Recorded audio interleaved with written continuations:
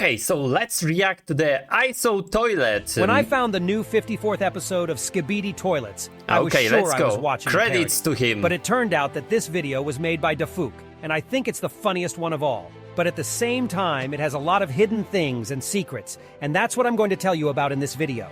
Okay, Who is the cyborg scientist? Why is the cameraman in love with TV woman? How the TV men help the cameraman in weaponizing, and what dangerous technology Skibidi Toilets invented to destroy the Alliance.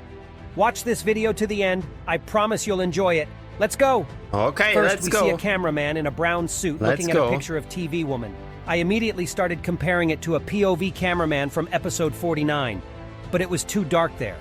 Even after I processed the photo, I couldn't get the exact color of his suit. But I found other similarities. The brown cameraman is looking at this photo, but this is the shot he saw, and it is exactly the same as the shot from Oh, so that was a...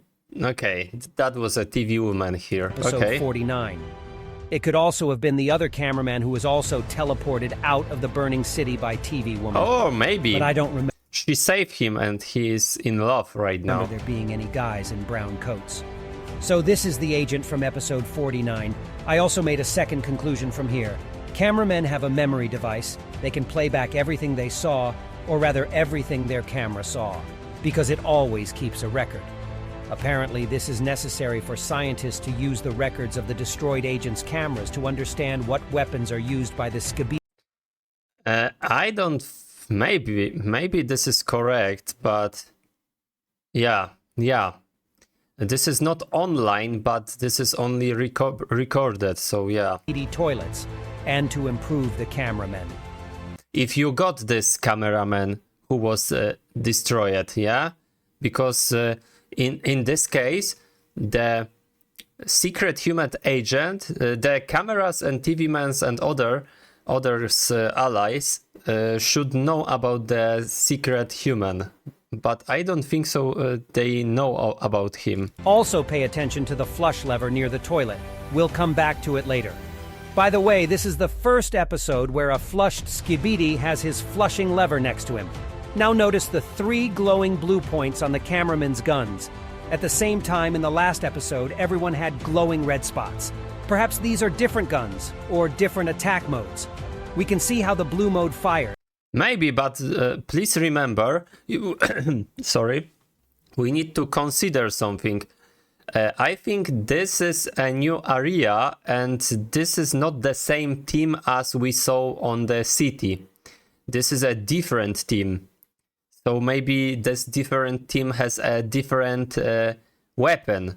Maybe these weapons only paralyze, because they cameras want to get as many as possible Skibidi toilets, and in the city where was this big tank, maybe in the city cameras has different guns.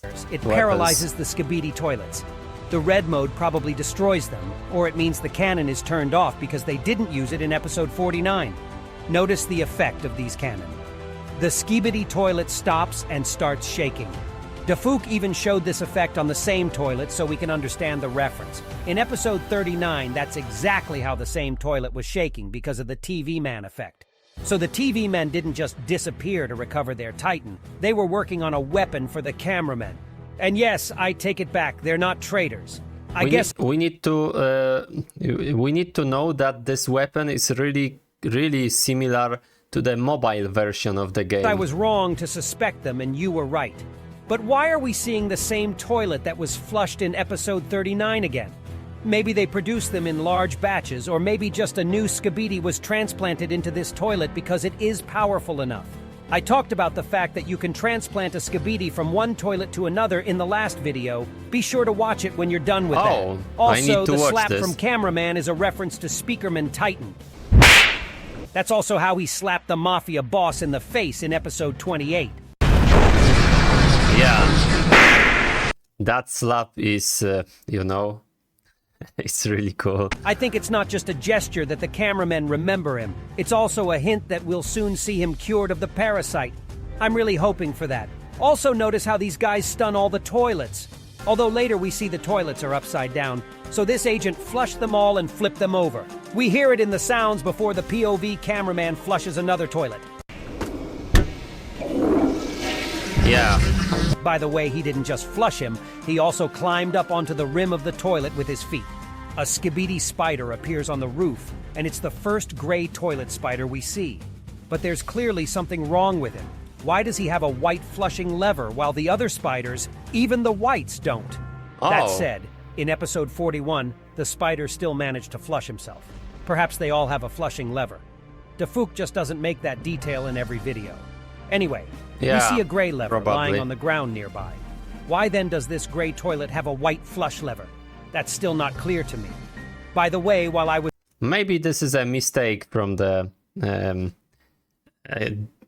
creator. exploring the Skibidi spiders from past episodes, I noticed that a large knife is sticking out of the spider's neck in episode 53. It looks like it's the big speakerman's weapon. I hope they... Yeah. We saw that on the shorts version with the probably one was the mutant, two speakers fighting with mutants, and that was a knife. By the way, the knife was used by Speaker Titan to TV Man. They haven't forgotten about them too and are giving them weapons. It's also strange that the improved spider has no flush protection, although all the other toilets in this episode have one. There are 2 batons hanging behind the big cameraman's back, one of them with the electric part turned upwards. And when he takes it out, he gets electrocuted, but it doesn't matter. After a second, he gets destroyed by a glitched Skibidi toilet anyway. I even wondered at first why this baton was so orange, because I thought they were black. But then I lightly processed the photo from last episode. Yeah, and the tip of the baton is orange. actually the same orange color. I think it's that cameraman who's a fan of the Plunger Man from last episode. He carries his batons behind his back, just like Plungerman carries his plungers. Too bad he was destroyed. He was a funny guy. By the way, I don't think so. They was destroyed, but he was destroyed, but there is engineer there, so I think he will be repaired. Well, what about the glitched toilet? He's clearly become more accurate. In episode 29, he didn't always hit the agents head on and sometimes just crashed into their body. But this time, he was able to destroy 3 cameramen in a row by ripping their cameras off. Meanwhile, notice how quickly the scientists at the base reacted. They immediately sent TV Woman, a cyborg cameraman, and a helicopter with engineers to help them. From the TV Woman's face, she didn't teleport in on her own. It looks like she was sent here unexpectedly by the scientists' cameramen. We already assumed in the analysis of episode 49 that the TV men's movements are controlled by scientists, and it's confirmed this time. We also see how powerful the jetpack on TV Woman's head is. It spins her head around at an insane speed. Yeah. Notice how quickly Skibidi Toilet has fallen under hypnosis. A lightning bolt appears behind his back, which means he's getting ready to accelerate. Even so, he stops quickly under the influence of hypnosis. The TV Woman would not be able to take control of him, because to do so, the parasite would have to fly behind the Skibidi's back. During that time, he would be able to fly away and destroy a couple more cameramen. But the cyborg came to the rescue. At first, I thought it was an exoskeleton for a normal scientist, but it's not that simple. You see this moment. His jacket is cut off, just like he is. This is the same scientist who was sawed in half in episode 48. It seems like he couldn't be repaired after... Oh my god. Oh, that's maybe true, yeah. After that, but he could be improved. Also, the same anti-parasite cannon from episode 48 is back in his inventory. We also see new TV cannon, like the other cameramen have. It's kind of a laser cannon, or a grenade launcher.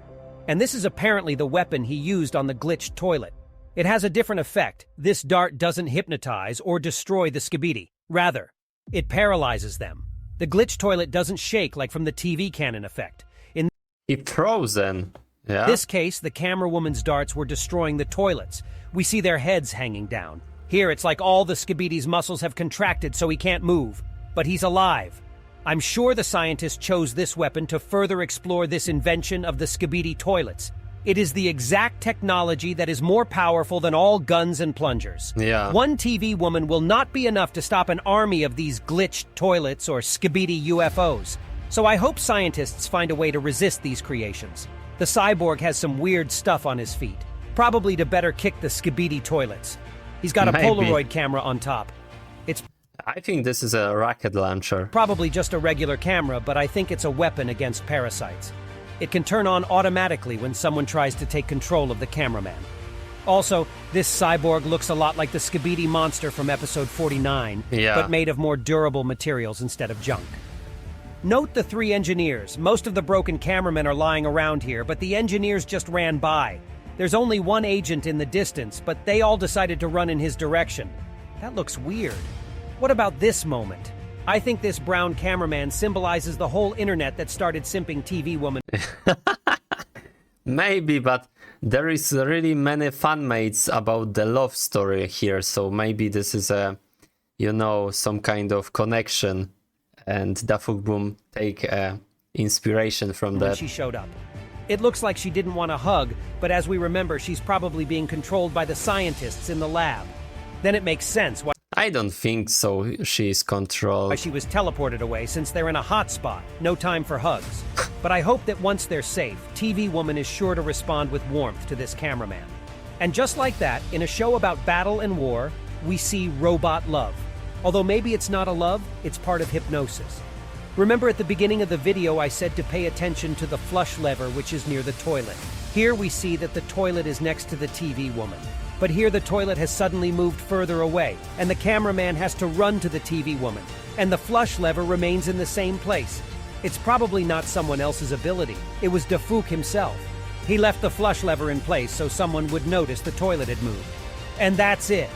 I hope that we will get more details about the love lines between Plunger Man with Camera Woman and Brown Cameraman.